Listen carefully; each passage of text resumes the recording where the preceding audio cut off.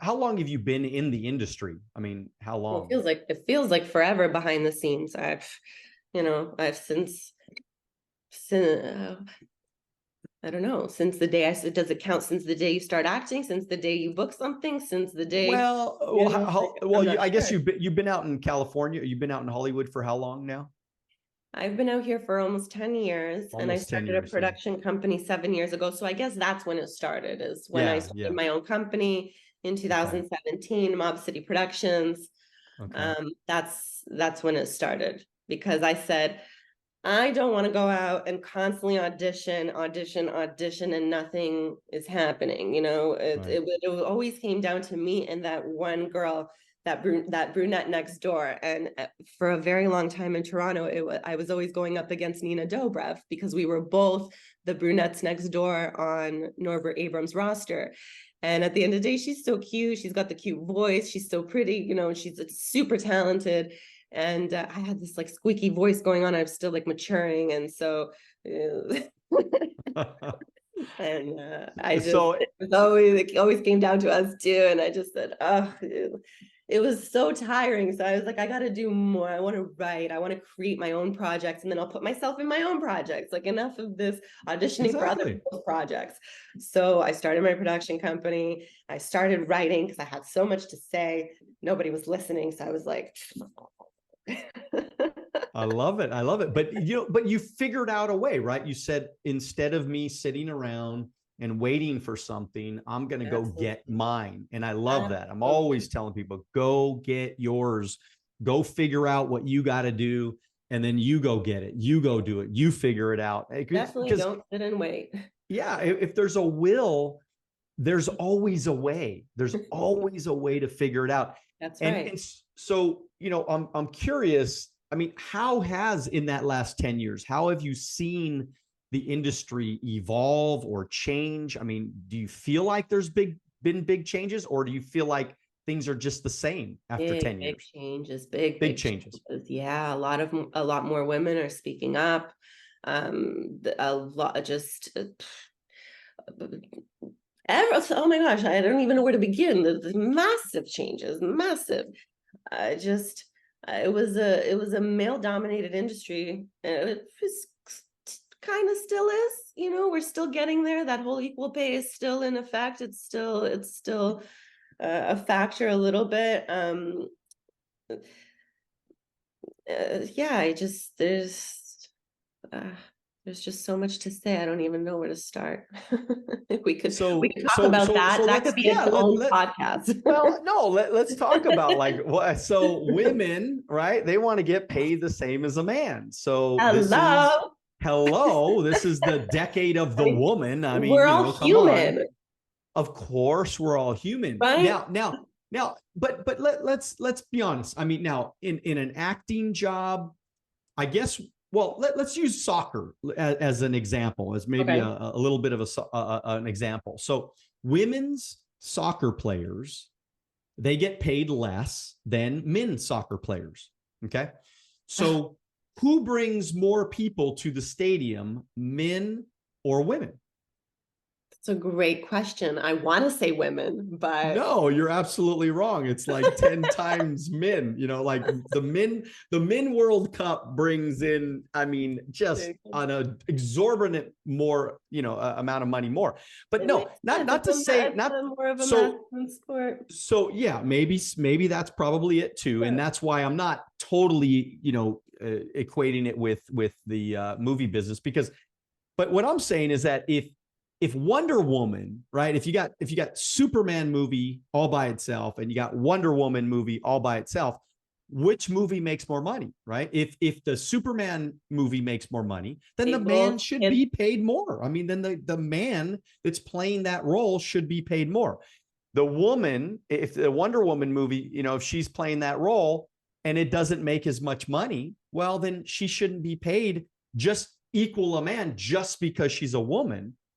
But What you're do you not think about getting that? paid depending on what the movie's going to make, because you never know what the movie's going to make. This So is you're true. getting This is paid to true. do the work. And This if is true. and if your job as an actor, whether you're small, big, fat, short, Puerto Rican, Haitian, whatever you are, you know what I mean? It doesn't matter what you are. At the end of the day, you're a human that goes to an audition, that reads the lines, that books the part. And if you got the lead and that person's getting this much for a Spider-Man movie and she's getting this much for a Wonder Woman movie, and they're both the same movie pretty much, they're, you know, that's Marvel's, right? Yeah, DC Comics. Yeah, DC and Marvel. Yeah, I'm in the crime drama, so I'm like, yeah. I love it. I love it with your baseball hat. You almost look like a private investigator. Right? I feel like I'm interviewing a private investigator. Like you got well, because like just the ambiance in your background of your studio there, it's like, you know, of your room, it's like, yeah, it's great. I love it. I love my crime dramas. That's definitely my niche. And I love The Godfather. So anyways, go ahead. Continue what you were saying. So it's like that we should not, I think we should get to a point as a society today, not tomorrow, not today, right now, and realize like, if you're going out to audition for a lead, this is what you should receive, whether you're a male or a woman. Like in the movie business, it doesn't matter if you're a male or a female lead. That's not what differentiates who wheels in box office. It matters the movie and the content. That's what matters. That's what wheels it in. And of course, foreign presence and all of that. Well, but then let's look at it, right? If it's Leonardo DiCaprio, right? You know that everybody's going to go see that movie, right? Yeah. So he deserves. So if he's got another lead in the movie and it's a woman that's kind of, yeah, she's known, but maybe not as known, maybe hasn't been in the industry as long. Oh, then maybe of course it shouldn't be. You got to be an A-lister if you're an A-lister. Absolutely. Yeah. So should get the same. Absolutely. So that's what I'm saying. I mean, so I think we're kind of on the same page with this. I just don't think that what I think is a challenge when coming from a business that is I've always worked in the commission business. Like I said, I own a financial services company.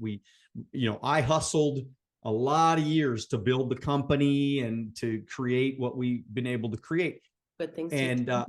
But it took a lot of time. It took a lot of effort. It took a lot of risk. It took a lot of, again, rejection. So you're talking rejection. I know rejection better than anybody.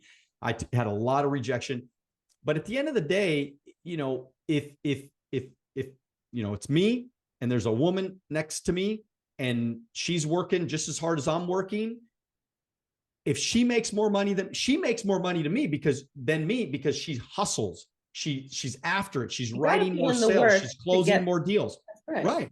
So that's what I'm saying. So I'm with you. If she's doing the work and she's bringing in those box office numbers to allow her to get paid the higher dollar, then God bless her. She should be absolutely 100%. That's exactly the point. That's the problem, is that even though they do bring in that box, let's say it's a Scarlett Johansson, right? I mean, she's got amazing. Badass. Yeah, she's or like even Meryl Streep. I mean, well, actually, let's take Meryl Streep out of it because she's just the best of the best. So she's the 0.00001%. So maybe not her. Maybe she's not the right example. But who else is a woman A-lister?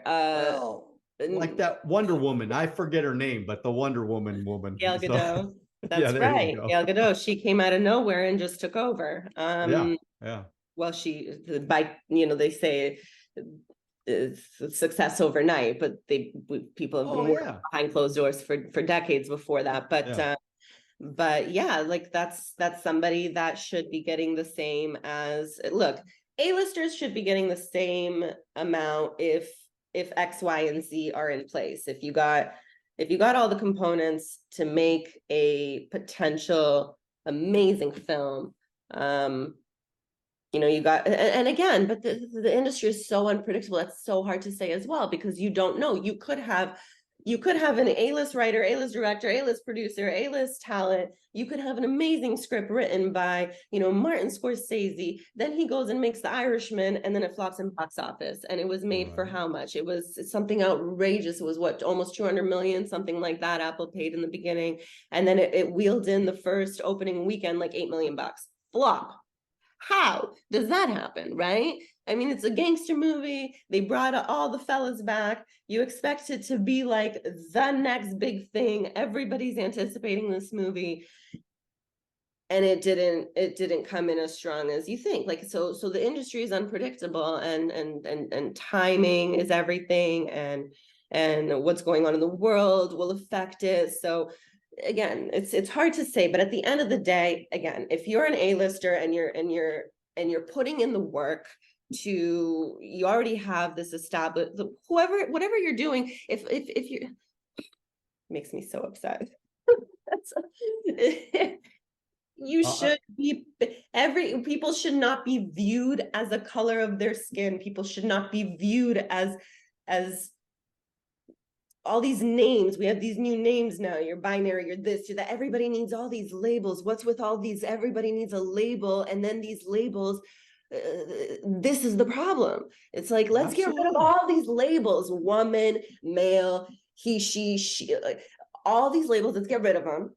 And 100%. If you go to that audition and you nail the lead, and Martin Scorsese's directing the picture, and this is how much Leo would get paid, then Gail should get paid the same amount, period. I agree. If you like this video and you want to watch another one, click right here. If you want to watch the entire podcast, click right here.